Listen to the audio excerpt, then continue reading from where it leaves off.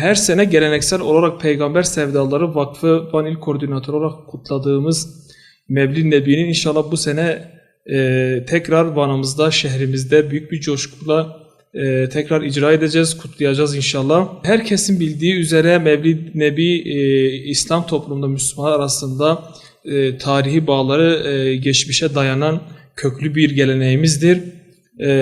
Özellikle Efendimiz Aleyhisselatü Vesselam'ın dünyaya gelmesi herhangi bir sıradan bir olay değildir. Değerli var halkı, biliyorsunuz ki bizler Muhammedi bir halkız ve Efendimizin sevgisi, Peygamber Efendimizin sevgisi, muhabbeti her hanemizde, her evimizde, her gönülde neşru neva bulan bir sevdadır.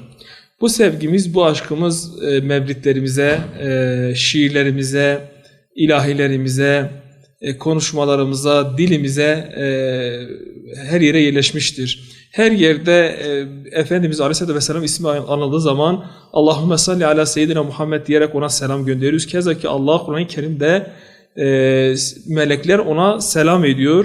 Salat ve selam ediyoruz. Sizler de ona salat ve selam edin. İman edenler olarak bize emrediyor. Bizler de bu sene Peygamber Sevdaları Vakfı olarak Van'ımızda Serhat kentimize Doğu'nun incisinde inşallah Mevlid-i Nebi etkinliğimizi icra edeceğiz.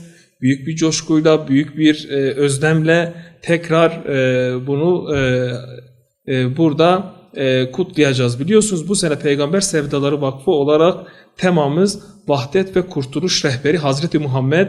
İslam ümmetinin bugünkü durumunu, Müslümanların bu durumunu yani cahiliye devrine benzer bir karanlığı tekrar dünyayı kapsadığını, çocuklar, küçük kız çocuklarına tekrar zulüm edildiğini, insanlara, mazlumlara acımadan bombalandığı, parçalandığı ve büyük zulümlerin meydana geldiği bir döneme denk geldik.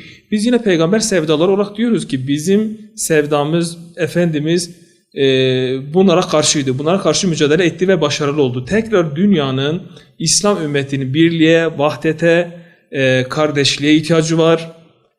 Bunun yanında dünyanın buna ihtiyacı var, İslam'a ihtiyacı var, İslam'ın nuruna ihtiyacı var, İslam'ın adaletine ihtiyacı var.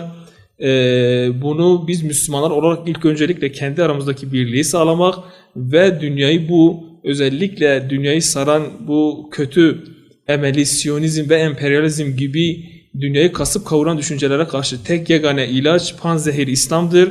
Biz Müslümanlar olarak birbirimizin kardeş olmaya, birlik olmaya, beraber olmaya ve bu zulme karşı beraber mücadele etmeye dünden daha ya da yarından daha fazla bugün muhtacız. Bu bizim görevimiz. Van İl Koordinatörlüğü olarak bizler bu Van'da, şehrimizde bulunan bütün uygun yerlere brandalarımızı astık. Yüzlerce branda astık. Bununla beraber sosyal medya duyurularımızı yapıyoruz. Onun yanında her evi dolaşarak sizlere misafir olacağız. Kapılarınızı çalacağız. Sizlere davetiye vereceğiz. Tabii ki biz biliyoruz ki hepiniz doğal olarak bu programımızın davetlisi ve davetçisisiniz. Ama bununla ilgili biz çalışmalarımızı sürdürüyoruz. Anons araçlarımız Perşembe'den itibaren şehri dolaşacaklar. Duyurularımızı yapacaklar. Tüm ilçelerde duyurumuz yapılacak. Bunun yanında televizyon programları olsun, diğer reklama yönelik olan bütün çalışmalarımız devam ediyor. Bugün şimdiye kadar binlerce el broşürü bastırdık, davetiye bastırdık. Cam afişlerimizi esnaflarımızdan rica ediyoruz. Bütün esnaflarımız cam afişlerimizi özellikle camlarına yapıştırarak bu sevdaya ortak olmaya çağırıyoruz. Bu pazar günü saat 13.30'da Van Kent Meydanı etkinlik alanı tüm Peygamber sevdalısı Van halkımızı bekliyoruz. Kadınıyla, erkeğiyle, yaşlısıyla, çocuğuyla tüm halkımızı, tüm Peygamber sevdalı halkımızı bekliyoruz. Van şehrimize, Serhat'ın bu güzel kentine Muhammed'i bir bahar yaşatalım. Efendimiz Aleyhisselam'ın doğumunu bütün sokaklarda, bütün evlerde, bütün hanelerde, bütün dükkanlarda bu sevdayı yaşatalım. Hazırlıklarımız devam ediyor. Sizler de bu hazırlıklarımıza ortak olabilirsiniz. Desteğinizi bekliyoruz. Katılımınızı bekliyoruz. Tüm Peygamber sevdalısı halkımızı alanda misafir etmeye hazırız.